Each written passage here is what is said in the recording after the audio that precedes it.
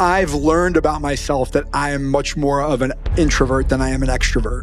I love that one-to-one connection. And so when I started to be able to build a relationship with a sponsor and develop that kind of one-to-one, that inspired me. Then I would become a sponsor. I would connect with other people on a one-to-one level. That is what spoke to me. And that's mostly what I do now, is like having that one-to-one relationship of like, I'm here to listen.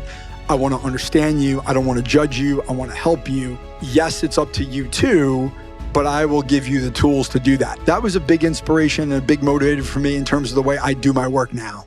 I'm Art Blanchford, and this is Life in Transition. Welcome back to Life in Transition podcast. I'm really excited today to have Mike Huber with us. Mike is a man who is in service to young people and is also 12 years in recovery for gambling addiction. And Mike, I'm really, really glad that you're here to share some of your story with us on Life in Transition podcast. Thank you, Art. It's great to be here. I appreciate it. Absolutely. And, I usually start with the transition story, but I want to bring in a little bit, actually, the conversation we were having right before, because I think it's also really interesting about how our bodies heal or don't heal as we get older, and how our mentality as we have transitions presented. And I've done some podcasts before about from being healthy to being injured, or being injured to being recovered as a transition. But both of us being about the same age, and we were just discussing issues with injury, and I'm curious about your experience with that. Like, what's the mindset that you need to make sure you keep recovering as you get older as much as you can?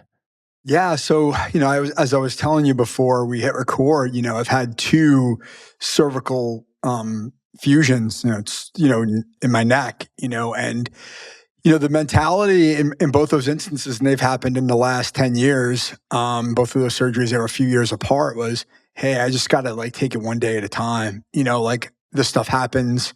Like I was not obviously happy about it. It was a lot of trauma physically. And I think mentally it was really hard to sort of accept in a lot of ways, but it was just sort of, putting one foot in front of the other.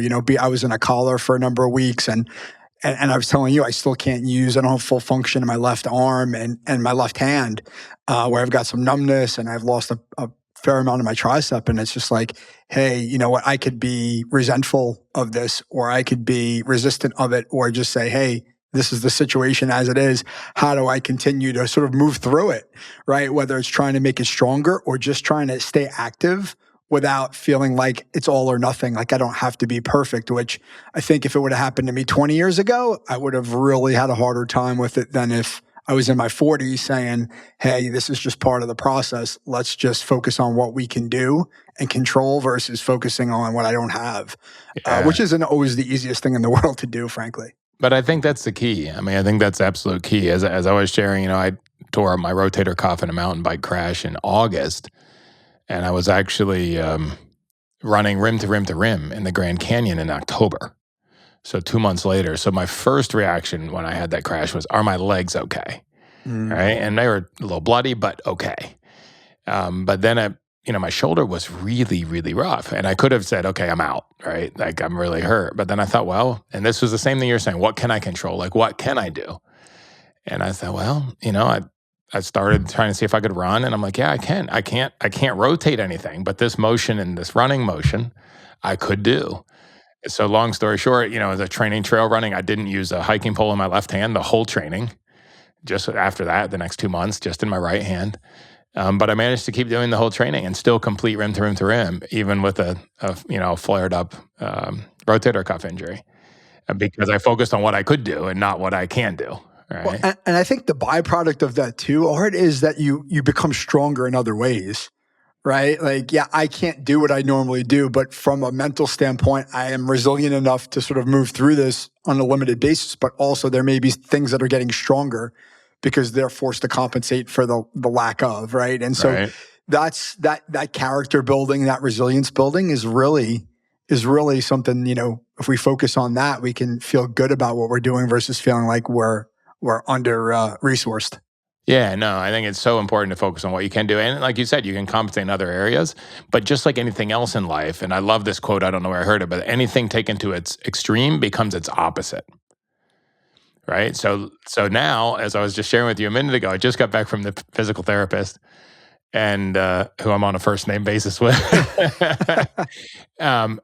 Because my shoulder had been getting worse. And even as I was out skiing and mountain biking this week out in New Mexico, I was like everything, it's really hurting right here in the front.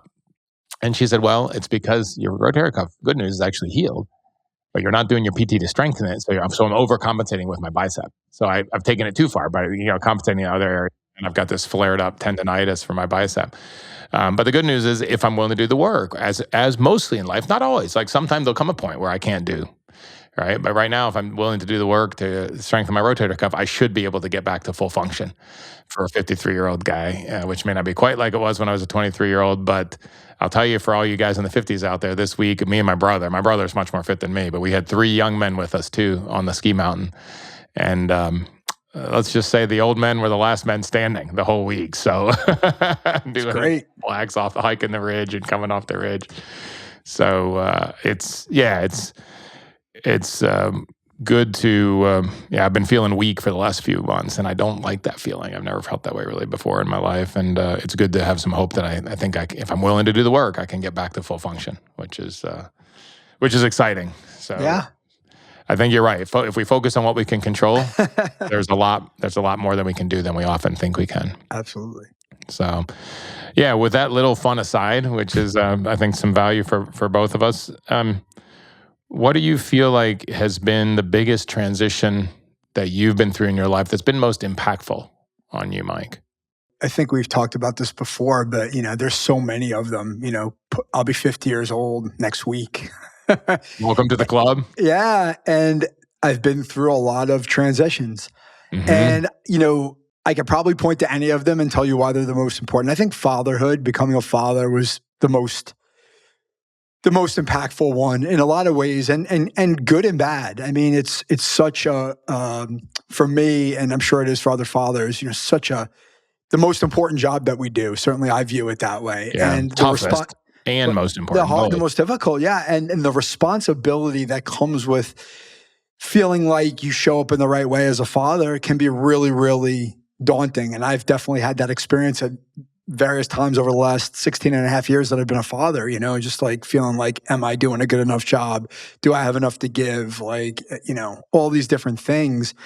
But that really changed my perspective on life. And it wasn't just about me anymore. It's kind of cliche, right? But it was about these other people that I had to take care of. And that kind of shifts your perspective on the world. That's, for me, that was the biggest one. Now I've been through other transitions since I became a father that have impacted that as well. But I can't think of any one that's more important than that. Okay, so tell me a little bit more. You said it shifted my whole perspective on the world. So what was that like? So becoming a father, how did that shift and focus other areas of your life, or change your focus on other areas of your life? Well, I mean, like, just in terms of, from a health perspective, right? And it's not always that way, right? Like, it's not perfect. Like, I don't always wake up in the morning and go like, I've got to be a really healthy guy today for my children, right? Like, it's not always like that, but it's always kind of a North Star where you go like, well, I want my kids to see me get old, right? Or professionally, that professionally is actually a big one too for me, because in that span of 16 years of being a father, I went from having a job, being an employee, to somebody who started a new career and started a business, which that maybe doesn't always align with being a father. And that's something I felt a lot of conflict about over time, and to this day, right? Like, I gave up steady income in a career that I had built for 19 or 20 years, and I decided to go, you know what? I'm going to do something different now that's going to set me back in a lot of ways, and I have to be okay with that as a father and not feel guilt about that, or not feel like I'm being selfish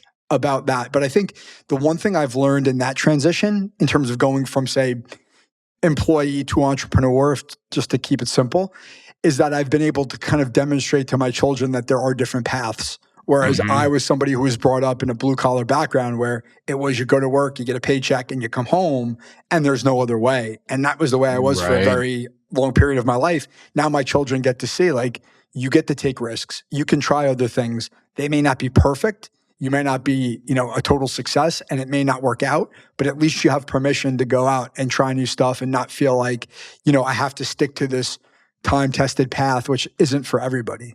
And if you look on the balance of those two things, so you talked about, okay, I gave up the secure paycheck, and obviously as a father, if you're the provider in your family, that's an important part of being a father, is to pay the bills, right? But if you look on the balance of that, of like, okay, a steady paycheck versus being an example of, you know, that it is safe to try the other things that you want to try and do the other things that you want to do. Um, which one do you think is more important in a sense, and how do you think you've walked that balance of being a father and the what could be seen as a conflict of providing and having a steady paycheck versus chasing your dreams, if you will? It's a really hard question to answer. And I don't know that my children, they're not exposed to the innards of that, in the sense Right, that like they only see the outside in a lot of ways, because they're your children, and obviously know some of the things that are going on, but you don't want to burden them with right, the challenges that go with that. I think for me, it's been the willingness and humility to do other things, right? That require me to meet the responsibilities that I have, right? Whether it's the business is not as successful or generating as much income as maybe it needs to. Well, I need to do other things to make up for that, and be willing to do that. Whatever those things are, whether it's work a part-time job or do a gig job or do whatever it takes to make sure that those responsibilities are, or working nights and weekends, which is something that I do regularly, and having that be normalized, like, hey, you know what, I would love to spend more time with you, but these are the things that I have to do to make sure that I'm taking care of my responsibilities, and being open with them about that. And they understand. And my kids are teenagers, which if you have teenagers, like they've also got their own lives now. They're not really worried about dear old dad. They're doing their own thing. So, but for me, it's about just being willing to do whatever it takes. And, that I think has been the biggest thing for me. and how do you decide, because in our society, like, how do you decide what's enough when you talk about financial resources for your kids, right? Like, how do you, because that's something that I think that our definition today of providing, like, in my neighborhood, if I'm looking out in my driveway right now. I have my Ford pickup out there. Okay, it's a Raptor. It's a pretty nice one. It's got 110,000 miles on it. But most of the neighbors are driving Mercedes, BMWs, and Porsches. And I wonder, how many of them are in the trap of, oh, I've got to keep providing at this level, even if it takes me away from my kids. And so, how do you know what's enough from providing versus the balance of being there and being physically available, emotionally available, to have the times together, and the full focus time with your kids versus out chasing more money? What's enough? How do you answer that question for yourself? It's a hard one. I think, that pull always exists, right? And my children happen to live in an area where the same things exist as in your neighborhood. People are extremely well to do. I live in the suburbs of New York City. A lot of people are work on Wall Street, and they do really well, right? Whatever that means. I think for me, it's like, I want to make sure my kids are doing the things that they love, like sports, and they're able to do the things that their friends are doing, right? But when it comes to maybe just the external stuff, the appearances and things like that, that's where I'm frankly personally willing to draw a line of like, hey, I don't have the resources to give you that right now, right? And it's not a necessity. And I Right, you would don't love, need to have a Porsche at 16th birthday to drive to high school. right. And listen, at a certain point, like I personally don't value that personally. And I think that has rubbed off on my children, and I think their mother, same thing, right? Like, I think those kinds of things they've seen from us, that like that kind of stuff is not important. I drive a Toyota, she drives a Toyota, right? Like we don't live an extravagant lifestyle. So I think seeing that, and my values being able to say to my children, like, hey, like, you might want that, but I can't, or I'm not going to give it to you. If you want to contribute to that in some way, if you're old enough to earn money like my son is, well, then you go earn it, you save it, and we'll work something out, versus like, oh, I have to feel this like complete burden to keep up with the Joneses, when that's negatively impacting my ability to show up, because that can create stress, resentment, all those things. And that hurts my ability to be a father. It's also like showing my children that there are boundaries, Right, right, and I right? think Like, I think that's important as well. yeah, I have one child that's wanted to go to, and is at a very expensive university, right? But I had told all of my kids when they were freshmen in high school, listen, here's your pot of money for college. Spend it wisely. And if you get a 4-year degree without spending it all, you can have it for starting a business or a home down payment. That was sort of my deal. So she wanted to go to something that's really, really expensive. And I said, well, this is your pot of money. And she's like, oh, if that's all I have, then I'm not going there. I said, well, then it's not worth it. Yes. Right. And I was really, and yet I was very conflicted. Like, should I write the check? I could write the check, but it would be a lot of burden. Right. And then a few months later, she said, actually, I really want to go there. How can we make it work? And I'm like, well, let's look at it. What's your options? So there's student loans. There's, you can work and save money in the summers, and then, the summer before she started college, she saved $6,000, just, walking dogs, house sitting, babysitting, like hustle, right?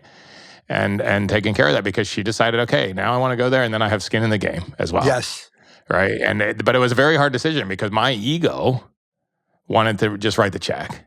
Right, and be rescue dad, right? Yeah. But I don't think that's what's good for our kids either. So I stuck with the help of my financial advisor. I stuck with the financial boundaries that we had set.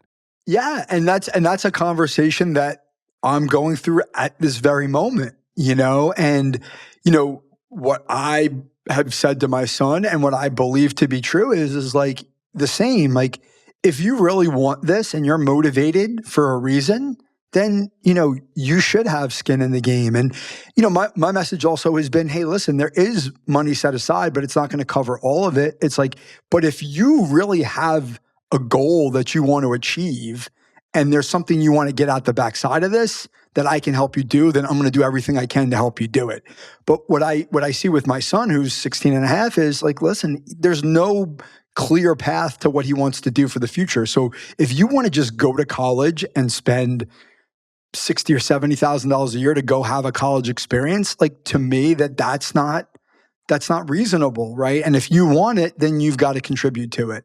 And that conversation's not done yet. And there is a lot of discomfort, and I have a lot of discomfort to what you said about like wanting to feel like I have to contribute to make that happen because that's what I'm supposed to do. But right. am I gonna spend all this money that maybe I don't even have so that he can go do this, and then there's nothing comes out the backside of it? Yeah, and then the short answer for that is no, definitely not spending money you don't have, right? But even if you have it, is it the right thing to do? And that's one of the questions I've wrestled with a lot is what's enough when I talk about a modern society with our kids. When you say provide for your kids, it is really important, right? They need to be safe. They need to have healthy food, right? Good shelter.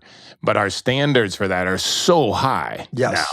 If I was reading a couple years ago, the Unbroken, and the Zampernini story of pre-World War II, and talking about when he got married, the first I don't know how many years after they got married, they're sleeping on the floor in a 2-bedroom apartment, but that was normal in the 30s. Yeah, right. It was perfectly fine. They had sleeping bags, and there's and they had a little not 2-bedroom, a 2-room apartment. They have kitchen and living room, and and that was normal back then, and they're fine, right, and healthy, and eating and good connections and good, so forth. But, today it feels so different. So I was curious about that question.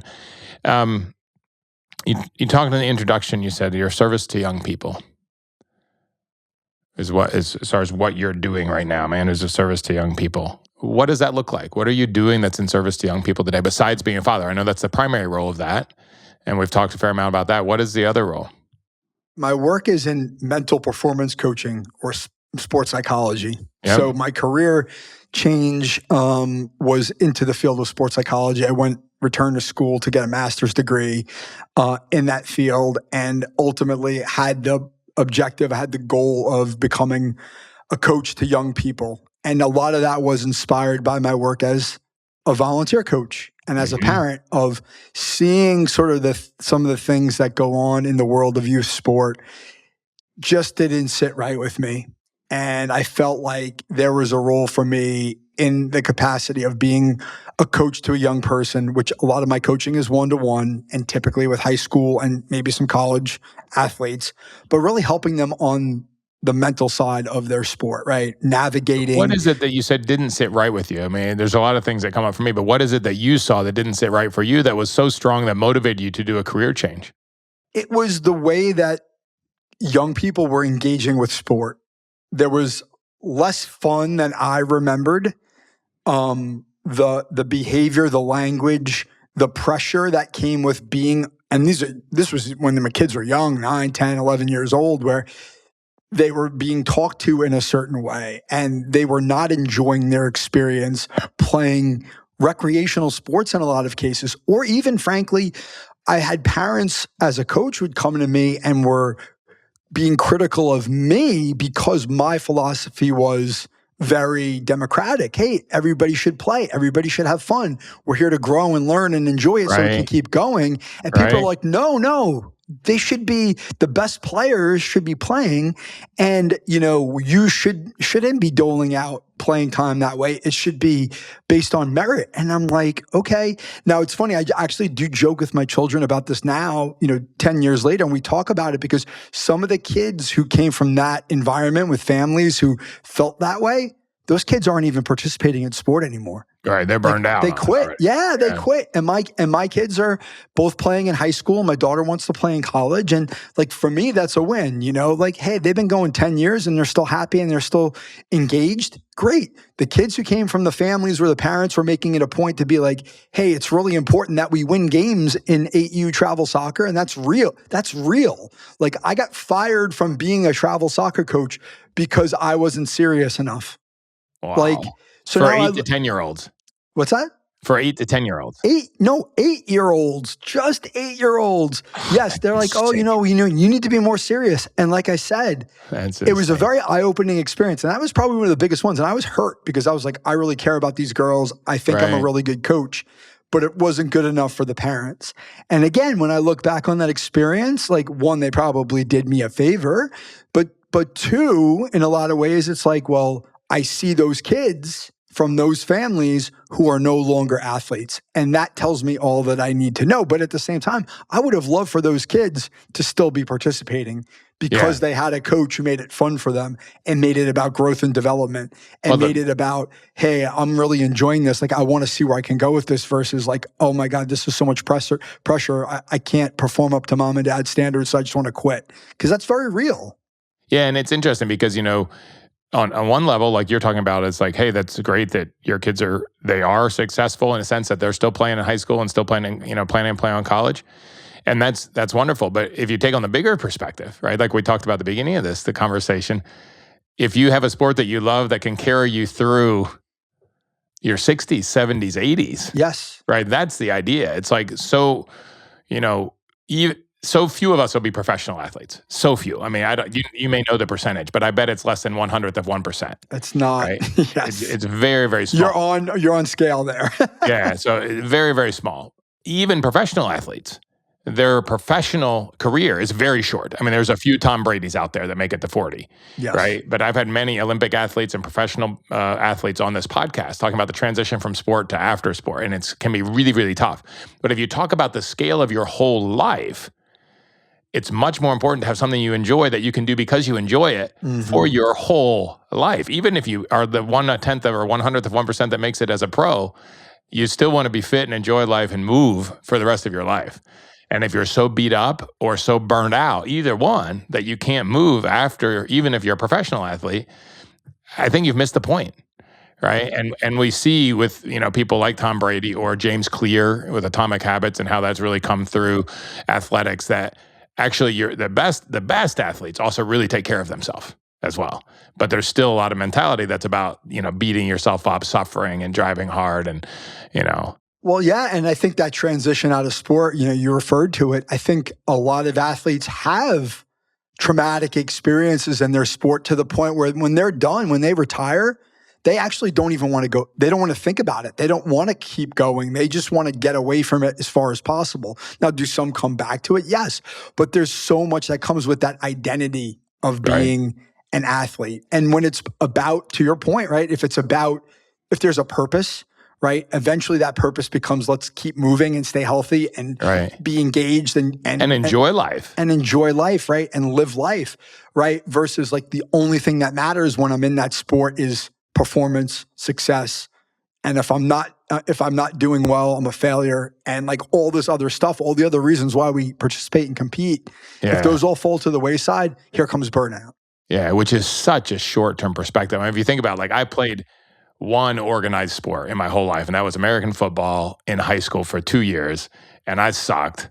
I got, as a senior, I got the academics and hustle award, right? Because I have to give awards to seniors, right?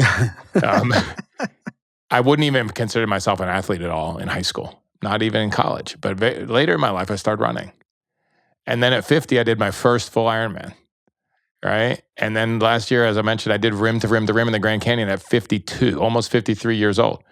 Now I'm in pretty rare air for my age group as an athlete, even though I never considered myself an athlete. But I'm not doing any of that stuff for athletic performance. I'm not trying to win. I'm not trying to compete. I'm not, it's just I love doing it. I love being outdoors. I love running. I love skiing. I love biking.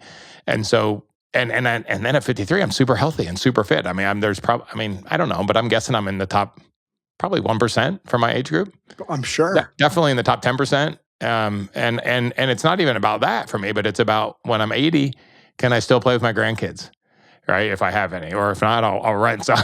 Right? I'll volunteer somewhere, right? But can I still move and do the things that I enjoy doing, right? And as long as I can, I want to keep doing those things. So to have a love affair with movement of the body and with sport from what it brings you from a joy perspective is so much more important than what you might or might not achieve in, even the NFL, college, high school, let alone when you're 8 years old. I mean, come on, people. Let's get a perspective here. Yes.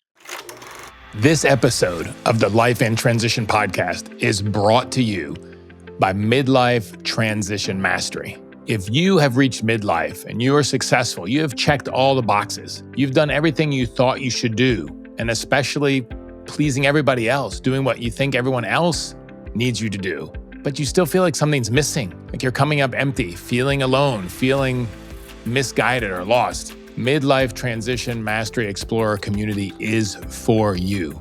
Here we will build authentic community. We will learn about the 8 steps to mastering midlife transition, and we will learn and execute living life with no regrets in our second half. Please check out the community on lifeintransition.online/MLTM, Midlife Transition Mastery. And I look forward to seeing you around the fire in this community. So that led you to make this change. And so how have you found that? Where are you now in this transition into your, into this career? What's fulfilling for you? What's working? What's not working? It's you went a completely different way in your career than you were doing in your previous career. And I'm curious what's working for you? What's not working? What are you seeing right now? I've been in my private practice coaching young athletes for about 5 years, almost exactly 5 years. I think what's working is what I thought would work before I made the change, which is I want to help, right? And part of the inspiration was what I was describing to you in terms of my experience, like being a parent and a youth coach. Right. Part of that experience also, the inspiration came from the recovery process, right? Like that idea of helping others, being of service to others, and how that enriched my life. And that's been constant from day one, right? Like my ability to work with somebody and formulate a connection and a relationship and have a really clear intention of trying to help them get to where they want to go and be better. Extremely fulfilling. And that part of it hasn't changed, especially with young people who are looking for guidance and direction. And as a parent, right, I see it from the parent side, and obviously parents are my clients too in a lot of ways.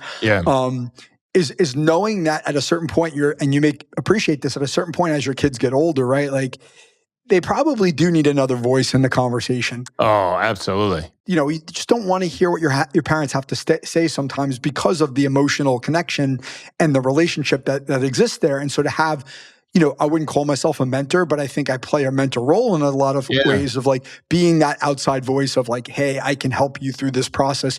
And a lot of times it's through transitions. That part's working really well because I love that part of my work.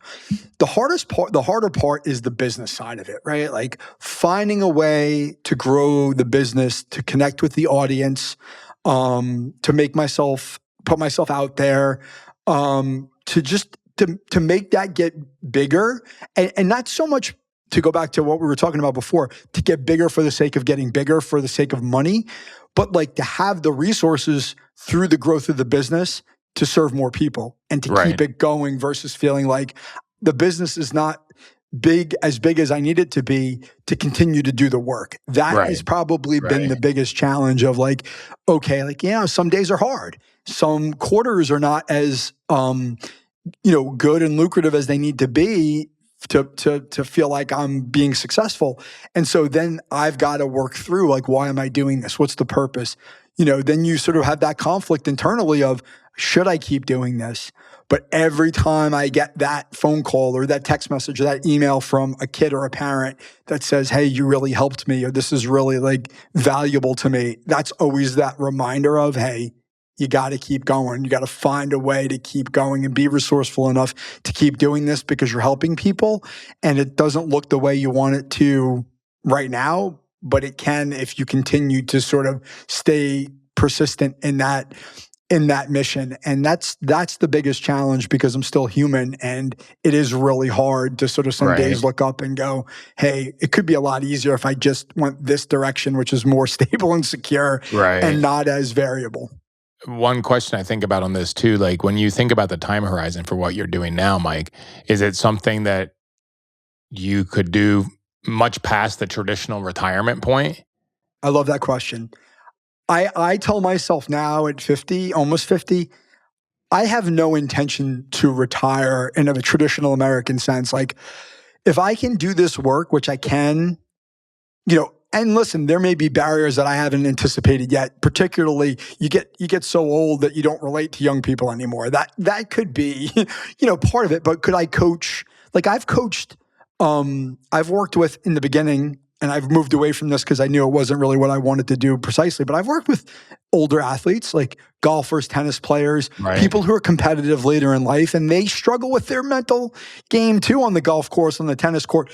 If you're an Ironman or you're distance or an ultra distance runner, there's a whole mental component to that. For sure. And it might Yeah. not be about the time on the clock, but it might just be, do I have the tools when I'm on that course? And I've been on an Ironman course as a volunteer. I've watched people on that run leg. It is really, really hard to watch because people are pushing themselves to the limits of their physical ability Yeah. and their mental capacity. So do Right. you have the tools to be able to endure that and keep going, right? Everybody needs that support. To go back to your original question, I don't see myself retiring. Will the business change? I think it will in terms of the form, but I don't really look at this and go like, oh, I just want to make enough money so I can retire. Like that wouldn't. Right. And that's a very different game as well. Like, right, if we need to make enough money to live 40 years, 30 years after we retire, it's very different pressure from the amount of savings you have to do than if you say, hey, I can have a moderate income, but that income's going to keep going until I'm 75, 85, 95 years old. Look at Warren Buffett or the names escape me right now, but the founder of Hugo Boss, who's still working steady, not workaholic, but working steady at 94 years old. Yeah. And I would add to that, and again, this is just my personal opinion. It's not based on any evidence or fact, but like for me, I feel like continuing to work and have a purpose keeps you young. Oh, absolutely. It keeps you going, Absolutely. right? Versus Absolutely. this idea of, well, I want to stop working, but I don't have anywhere to go in the morning, or I don't Yeah. have anybody to help, or I don't have anything to Yeah. do. And now I'm just sort of like, what do I do with Yeah. myself? And so, like, to me, working with young people too, even at this point in my life, I love it because it keeps me young. Yeah. And it brings, I mean, you talked about maybe you'll get too old to relate to young people, but actually, intergenerational mix of people brings brings out the best in everybody. Brings out the energy in the older people instead of just the bitching. Yep. Right. It brings out the care and consideration and humility in the young people instead of just this sort of wild tribal mentality. Right. So it's really important. This intergenerational connection is really important. It's not, I mean, I saw it so clearly this week. Like, I had my son and two of his friends. So I'm, the dad for this group going out to New Mexico, traveling together. The first day was just us skiing together. And by noon that day, I was like, dude, I need some men time, not young men time. All right. So I texted one of my friends, hey, are you on the hill today? Yeah, come. And I went and skied with him for a while because we need the connection with people our own age, but we also need the cross generation. And then my brother got there and we had this great week with, three 50 plus dudes and three 20-year-olds.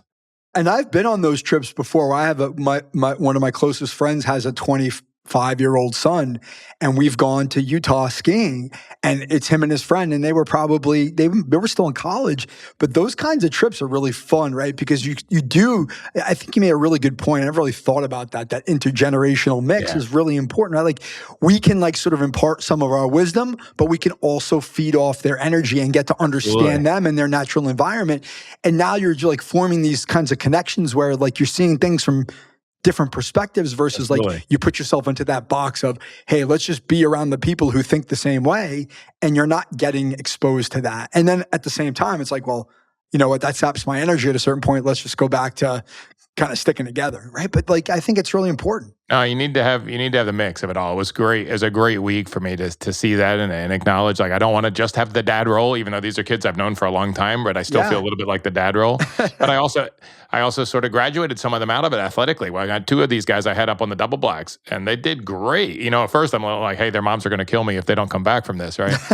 Um, but to see how well they handled it and so forth, and to see the confidence coming up in them, and then okay, I don't have to take care. I don't have to be the supervisor anymore. These guys can be on their own, right? So and that's for my own kids as well. Like you know, that changing role. But I want to come back to something you said, Mike, earlier. You said that you're really being of service to young people comes from your recovery work, and you know, recovery 12 step is super important to me as well. I mean, it's something that's a foundation of my spiritual beliefs, my spiritual growth, my connection with God or higher power. Um, what led you to that, and how is that? Is it still driving you today? But I'm just curious a little bit about your story there. I mean, obviously, if you're saying that's the foundation for your business, was that a part of what changed you from your previous career to this current career? But how did that inform where your life is today? It was really the biggest catalyst, right? Going into a meeting, right? A 12-step meeting and starting to share openly with other people, many of whom are men, right? In my age bracket. Right. Yeah, for gaming specifically. Yeah. I've never done that before in my life. I had never been in that like setting where I felt like I could open up and talk about my feelings and my experiences and my struggles and my challenges. Mm. And like that gave me like over time, and this evolved over time, you know, or in the beginning it was just clean, right? Get Get rid of the abstinent. problem, right? Stop Let's focus leaking on money the out. right, Yeah. exactly. But then after a year or two of recovery, it's like, well, now you could start to consider the possibility. For me, anyway, I could start to consider the vision, the future, the possibilities of like, hey, what could this life look like in recovery? And I felt like I had permission to sort of just talk about it. I was exploring it. Like, I'm not happy at work. I'm not happy here, and I could talk about it and share it with other people and not feel like I was going to be judged about it. And it Mm. just started to like How did that evolve. feel for you to feel like you could be authentic and vulnerable and not be judged? How did that feel? It felt incredible, Yeah, but it yeah, also was very foreign. yeah, yeah. Because yeah, It was very foreign to me. I'd never experienced that in my life. I'd never shared with anybody like that in any sort of form, really, to be honest with you, but yeah, like in that open kind of group setting. And right, you know, after a while, it was really uncomfortable, and I didn't like it, and I didn't want to share. And you kind of like were pushed to share by the people around you, the servants, and your sponsor, and all this stuff. But once I started to get the hang of it, I was like, wow, this thing really works. People start to like feedback to you. They start to like give you positive feedback, like, hey, I love what you shared, and like I think it's great, and you can do it, and you can keep going. And you know, it's like you're an inspiration to them now. All of a sudden, it's like right, this sort of really like, you know, interactive process. And you know, like that was like, okay, well, if these people are saying I could do it, and I start to believe I can do it, then you know, let me see if I can do it. You know, whether or right, not it works right, or not, I don't know. And that's right. been sort of the mantra from, you know, 10 years ago. You know, and that the Is that process when of you started in recovery? Was 10 years ago? 12 12. That's right. You said in the introduction. the Yeah, 12 summer years. of 2012 was when I started. It was like my So first coming on meeting. 13 years now. Yeah, going on 13 years now. Yeah, but the process of like exploring this new career was probably like 2 or 3 years. It was like from like second year recovery until like 2017 when I went back to school. So there was like 3 years of like, I don't know if I could do this. I don't know Right, if I could do right. this. I'm scared. Like, Yeah, can I not make as much money? All these things. And I was like, it was always tied back to, and I haven't really shared this I haven't shared it with you, and I share it sometimes, but just the idea that I could stand up in front of a room of people and admit that I'm powerless over some behavior was sort of also that motivation and catalyst for like, if I can do that, then I could do this. Right. I can try this. That was really, really painful. If I go try this thing that I'm thinking about doing and changing my career and it doesn't succeed, okay. But I stood up in front of a room of people and say, I have a problem with gambling. Like, that was the hardest thing I had ever done in my life up until that point. And so it was like, if I could do that, I can do this. Interesting. So you grew your whole circle by in your recovery process, right? Yeah. So what was possible? What was possible for you? Yeah, the possibilities, and to see other people who had years and years of recovery under their belt going like, I'm making more money than I ever made in my life, and I've done this and I've done that, and I go on vacations and all this stuff that I didn't know was possible or could be possible. I could see it in other people and go like, hey, I want that too. Right. And how much of that, 12-step, right, being of service to others, how much of that informed the business that you chose? Because you really talk with that, you lead with that of being of service to young people, right? Yeah. That's a great question. So I think, if you really narrow it down in the 12-step process, it was really the sponsor-sponsee relationship. I've learned about myself that I am much more of an introvert than I am an extrovert, right? Big settings, big groups tend to be difficult for me, right? In terms of my energy level. Turn in. I love that one-to-one connection. And so when I started to be able to build a relationship with a sponsor and develop that kind of one-to-one, that inspired me. Then I would become a sponsor. I would connect with other people on a one-to-one level. That is what spoke to me. And that's mostly what I do now, is like having that one-to-one relationship of like, I'm here to listen. I want to understand you. I don't want to judge you. I want to help you. Yes, it's up to you too, but I will give you the tools to do that. That was a big inspiration and a big motivator for me in terms of the way I do my work now. Yeah. And then always having the service aspect first. Like, how can I really serve? Like, how can I be the most useful to you and my fellows, as I've put in my prayers every morning, right? And that you're doing that every day. No, that's great. And how it ties together beautifully with being father, with the business that you're having now, with your recovery.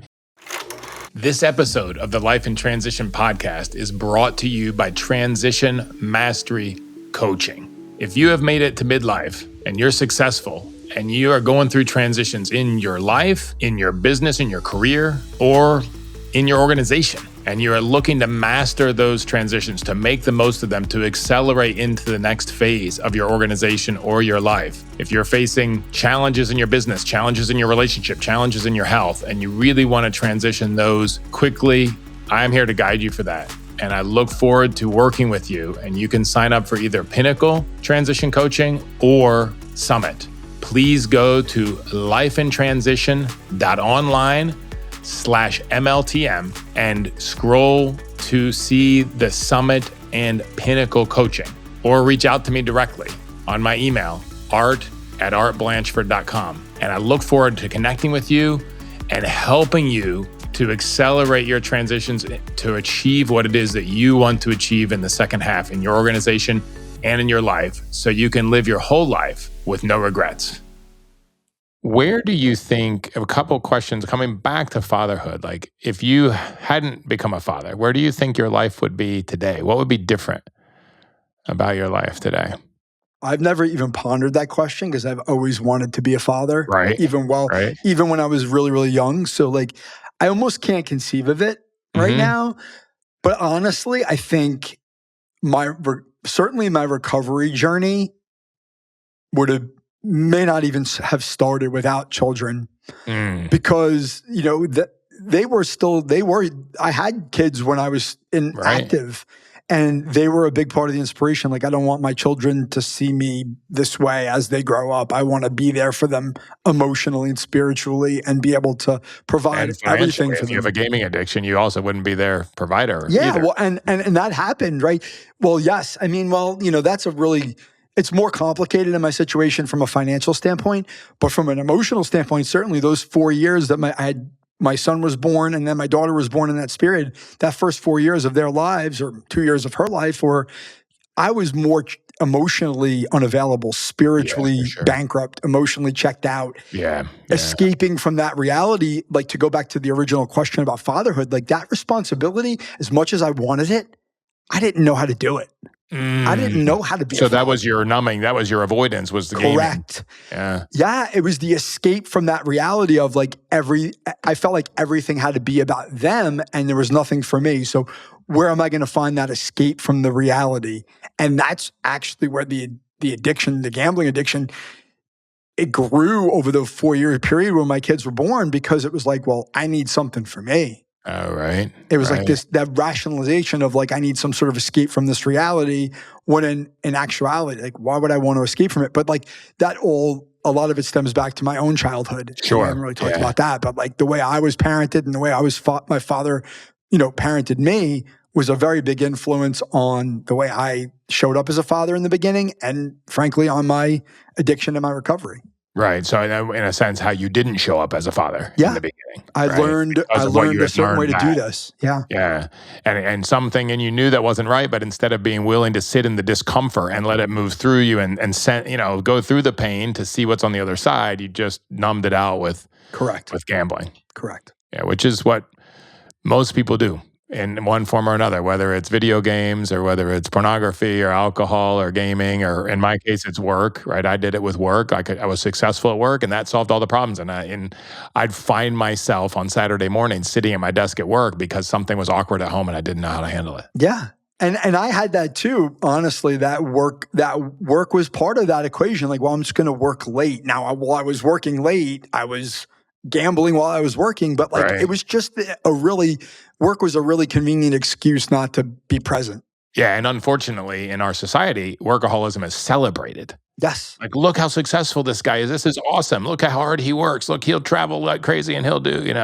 Well, can I make a point on that too? Because Please. something that we had been talking about was like, that's also a really big struggle for me, even right now, about, as a business owner who's trying to grow a business and Yeah. earn Raising enough, my hand. yeah, earn enough income. It's hard to know when to step away from work and go, it's okay to take a day off, or it's okay not to do more.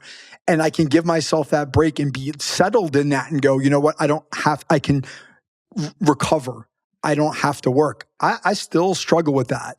I wouldn't say I'm a workaholic in the sense that like I'm not working 24/7. I do take time away, but I also rarely go, you know what? I'm going to take 2 days off and just leave it and come back Yeah. to it. It's always there. And I struggle with where to draw those lines. It's So a I got a really couple challenging of thing. guidance that I follow for myself, right? And really what it comes down to, the first one is halt. Maybe you know this from your Yes. recovery, right? That stop immediately if you're hungry, angry, lonely, or tired. You need to go to the bathroom, right? These basic functions, just stop, right? So my number one bottom line is that if I'm tired, I lay down. Right? That's my number one thing. And that's because I'm really activity addict, not just work, right? So that's one thing. The second thing is never use it as an avoidance, as a numbing for the pain, right? But here's the thing with workaholism, it can go both ways. You can avoid work as well, right? There's workaholism and work anorexia, both workaholic, right? Yeah. So don't ever avoid work because it's uncomfortable, right? Like, I don't want to make that client call, or I don't want to have that tough conversation or courageous conversation, but also don't ever go to work because something else is uncomfortable. Right. So that's sort of the guidelines. There's all kinds of hours and what you work with your schedule. But if you do those two things, and I'm like right now in my recovery, I'm pretty good with halt. I'm not great, but I'm pretty good with halt, and I'm pretty good about not like overworking or working to avoid things. But I still sometimes avoid work with other things. Sure. Right. So that's the one that I'm still working on. So, but I think that's a guideline. Work is a little bit different than gambling or alcohol or narcotics because it's not 100% abstinence in a sense. Yeah. Right. But you set bottom lines, and then those guidelines I think are really useful and are for me. Right. And to just define ahead of time. Like when I was out west this week, I was like, I'm off. And I put a OOO and I was like, I'm going to be completely off. Other times I'm not. And that's also okay. I'll do a podcast or I'll do some other things. I think you raise a really good point about work, right? Like you can't be completely abstinent from it. Like you tie it to money, right? Like Right. people have problems with money. Yeah. Well, you're not getting away from that, right? Like you Yeah. got to learn how to make that relationship You got to live in that healthier. space. Right. Yeah. Yeah. And I think, for me, it's like, one of the things I think I've learned to do, and maybe part of this is, and we haven't really talked about this, is, a part of the reason why I've learned to do this is I'm divorced is, I have to work to earn, Yep. but also knowing like when I have to work, there's got to be a really good reason for it. And if I don't have anything else going on, and my children's mother, my ex-wife says, "Hey, can you do this?" I do that because it's for my children. Right. And that takes the priority. And yeah, could I be working at that time? Could I make the excuse that I need to work? Sure. Easy. I need to Especially work. in this country, right? Where Yeah. you're seen as a hero if you work a lot, right? Yes. Yeah. And if a person on the other end of the request is the one who's getting child support, Right. she's going to go. And you can usually justify and, you can screw that. So I think my recovery has really helped me be able to feel like I'm being true to myself. When I can do something, I'll do it. If I can't do something, I'll say I can't do it, and I won't beat myself up about it or feel guilty because I know I truly have to do this, right? And being able to say no is part of that. Absolutely. Right? And I think if I willingly choose to work and I feel good about that because it's going to be valuable and helpful to me, I don't mind when that happens. If it happens I work nights and weekends because I work with kids, I'm okay with that. Yeah, for sure. Right. But if I have other things that are important, like I have to get my son or a daughter to a practice or whatever it is, then I do that too. And I say, I can't work tonight. It's okay. Yeah, no, absolutely. And I think that's, another saying from WA is I work to live, I don't live to work. But as we said earlier, too, there's also a part of adding value. WA, like, is a overall 12-step calls it service, but work can also be service, and service can also be work, right? So there's that purpose aspect of it as well. Correct. That's important for us to all feel, right? It's really important. So much we could dig into here, but I want to come back to, and there's really two big transitions that we've talked about, Mike. So it's a question, but it sort of has two starting points. So if you could give one tool to somebody, now you're a father 16 and a half years, you're in recovery almost 13 years.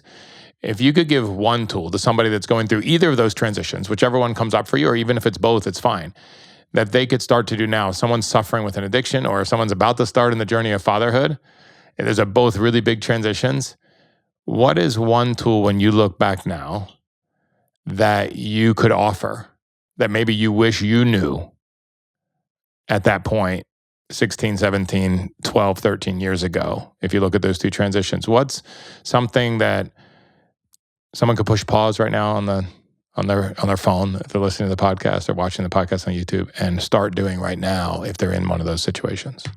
So one would be for me, and I'll just speak from experience, one would be therapy.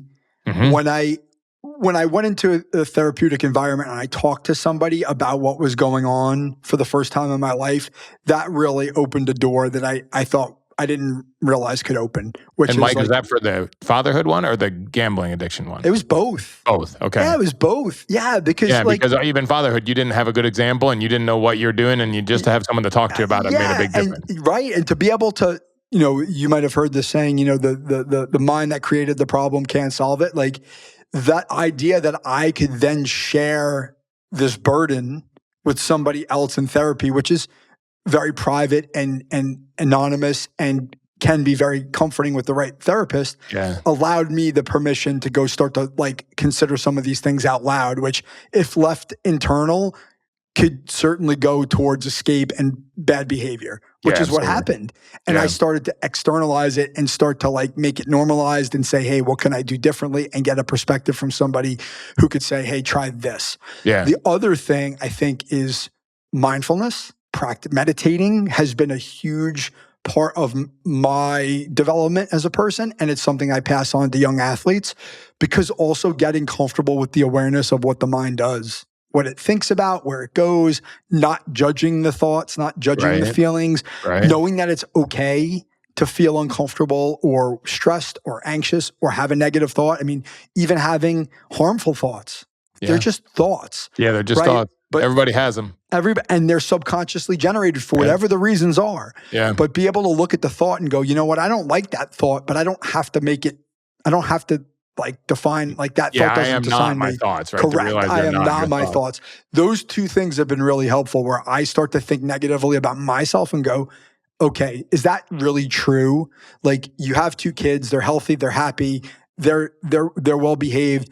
You're a contributing member to society who does service to young people, right? Like you have multiple master's degrees. Like you have to like look at the big picture and just can't go like, oh, right now I'm really locked in on that thought I'm a bad guy versus, hey, Right. let's like zoom out and go like, hey, you know what? You might be struggling right now, but you still have a lot of value in the world if you kind of like just take a step back. For sure. So I think both of those are really great. And I think even for I did a ton of personal growth work before I ever started therapy, and even then I still had a judgment as I know how old I was then, maybe early 40s. Mm-hmm.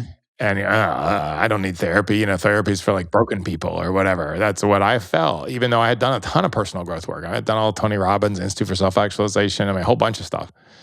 But yeah, very useful, very, very useful, and something that is fairly accessible today Yeah. as well. So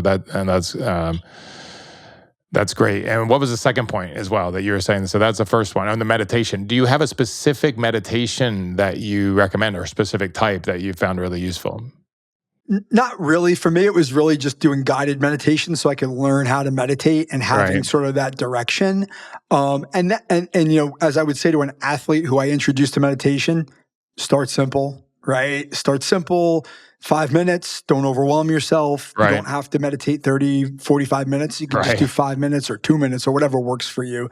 And then progress. It's a practice for a reason. You get better at it, right? To me, it's really more about the practice of just closing your eyes and breathing and paying attention to your breathing and not like giving into all of the distractions, Yeah, just to be still in to your be body still. and try to Exactly. focus on something physical and let the mind do its thing and come back to the physical sensation every time you ride off on a clouded mind. Correct. Yeah. And so for me, and the thing I would say to contrast to what you said about yourself about going into therapy is I was kind of broken when I went into therapy. It Oh, I was was too. I just didn't want to admit it. but I was like, part of the thing that got me into to Gamblers Anonymous and to my recovery was I had a panic attack. That was sort of the catalyst for like my life is not I am broken. This Right, is right, unsustainable. I don't know how to make this stop.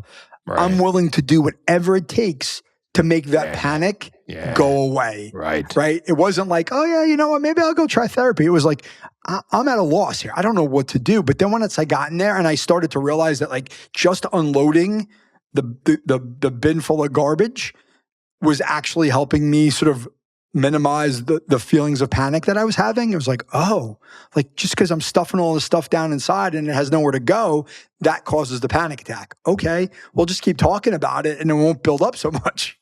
Yeah, no, that makes complete sense. And I think there for me to start therapy, the difficult part, the awkward part for me was not just in my head. It was like, how do I get started? Right, like I didn't even know where to begin to get started. Right, and luckily there's a lot of websites now wherever you are where you can check out.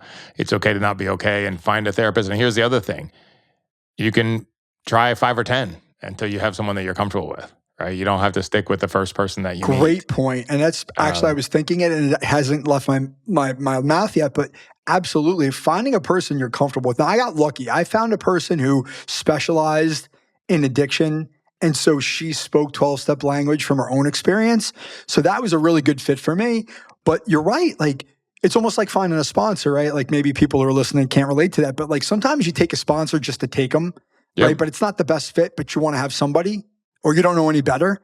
But then you realize over time, like there are like you want to find that person you're comfortable with so you can feel like I can share everything versus feeling like I got to pick and choose because I feel like I'm being judged or they don't understand me. Yeah, no, it's super important. But it's been my therapy journey has also been incredibly healing and helpful for me as well. So those are both really good tools that anyone can apply right now. So I really appreciate it, Mike. I really appreciate you authentically sharing your story, and I appreciate your honesty and admitting that it took a long time to be comfortable to share any of your story. And I think a lot of people, especially men, but a lot of people get stuck there. And I hope that this, that you sharing your story today can help some to open up and start to recognize that it's safe, and not only safe, it's impossible to thrive without having some type of community that where you're open and vulnerable and not ostracized for it, Yeah. like you think you will be. I appreciate that. Yeah. And I'll just say, for me, like sharing my story, whether it's on a podcast or a speaking engagement or whatever it is, or just somebody in a conversation, like I view that as service, right? Like for me, it's like if I'm keeping this experience to myself, then I'm not being of service. So that's really been the motivation for me, even when I don't necessarily feel totally comfortable. I do it Right. anyway, because I know if I share it, there's probably somebody out there who's going to go, oh, I needed to hear that. And so Yeah. if I keep it to myself, I'm not helping. And so I share it. And it gives your suffering some purpose as well, right? If it can Correct. inspire somebody else. Let me ask you a follow-up question on that, though, because I'm curious your experience in recovery with this. So if you do something like this, let's say that this is uncomfortable, and you have this conversation, you're sharing it, whether it's this or something else. If you go through that discomfort, how do you feel at the end? Like you've done these a lot. So when you get off that conversation, 20 minutes later, 5 minutes later, how do you feel after it's over? Do you also feel like, wow, that was really heavy and bad, but I'm glad I did it because it was service? Or do you feel like, wow, that was really good, even if it was uncomfortable? What's your feeling on that? I would say I never regret it. I would say that I always feel good about sharing it. I think the negative, if you want to say it's a negative, is I just always feel drained telling the story. It's still very emotional for me to share it. And so when it's over, it's like, oh, Right. like you kind of dumped. And I've been told the story a gazillion times, but still, it's like, it's still can be very raw sharing it again with a new person, even though there's a bunch of people listening. Right. No, that's interesting. It makes me think of like a workout. Like a workout makes you tired, but it makes you stronger over the long term, makes you more energetic over the long term, right? Even if it can make you tired right after I think the it's a great workout. analogy. Yes. So I like that, and I like the honesty there. And I want to share one other thing. I don't know if I've ever shared this on podcasts before, but a sponsor I have in a men's group that I'm in, he talked about that if you have something you're ashamed about, and this was interesting to me, he said every time you share it with somebody different, it cuts it by 50%. So the first person you share with, it cuts it by 50%. If you share with somebody else, it cuts it again by 50%.